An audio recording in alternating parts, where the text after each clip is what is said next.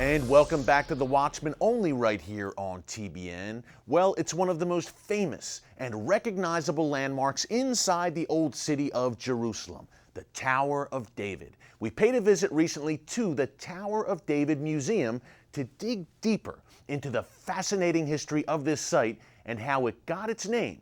May surprise you. Take a look.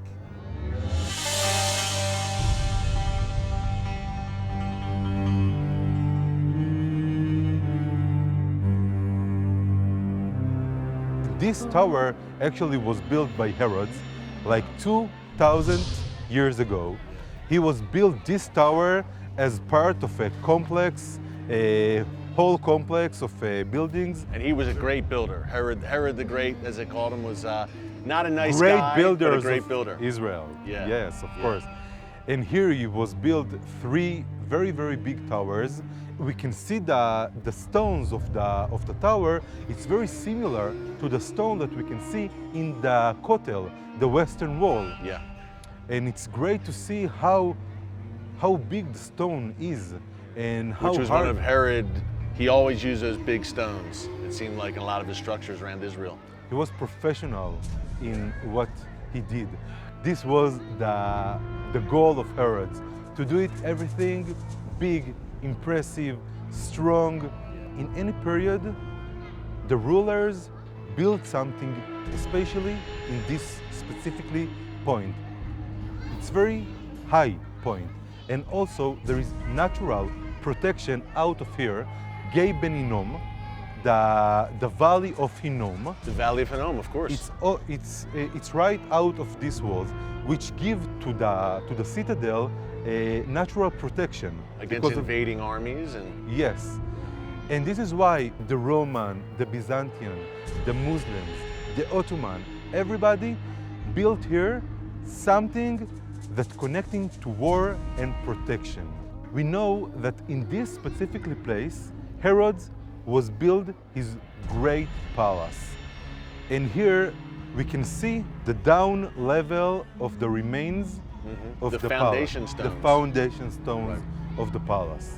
Now, Menashe, we have the Herodian period as you're describing, but this site here, David's Citadel Museum, history goes back much further than that. We have remains from the Hasmonean Dynasty, which came out of the Maccabees. Antiochus Epiphanes, the dictator, but the Maccabees fought back. It's such an incredible story. So, okay, they have a presence here. And after the Maccabees, Menashe came King Herod, his great building. But we have other influences here as well. We have Byzantine influences and also even some Islamic influences as well, right? Can you tell us a bit more about that? And that's a bit later on, obviously, after King Herod. Of course. The Byzantine in the first century, they came here and they actually was Christians. And they knew everything from the Bible about David, about all the wars and all what happened here. And they actually saw this beautiful tower, the tower that Herod built, but they didn't knew Herod.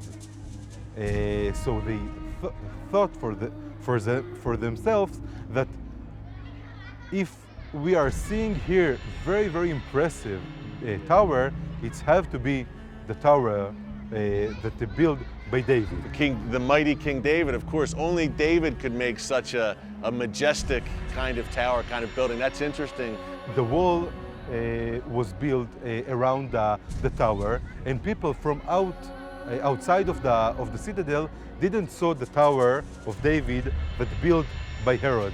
They just saw the minaret of the mosque over there. Which brings us to the Islamic influence that we have here in this spot. Of course. And now we are calling to this minaret the Tower of David. Menashe, that's fascinating because it's an Islamic minaret, Yeah. but now that is called the Tower of David. It's just amazing. The history of Jerusalem always kind of evolving in some ways.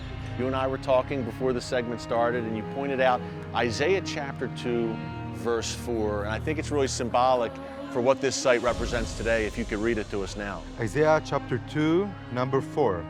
They shall beat their swords into plowshares, and their spears into pruning hooks. Nation shall not lift up sword against nation, neither shall they learn war anymore. This is great to see how it's reflected here. A citadel which used to be a place for war, to protect against enemies.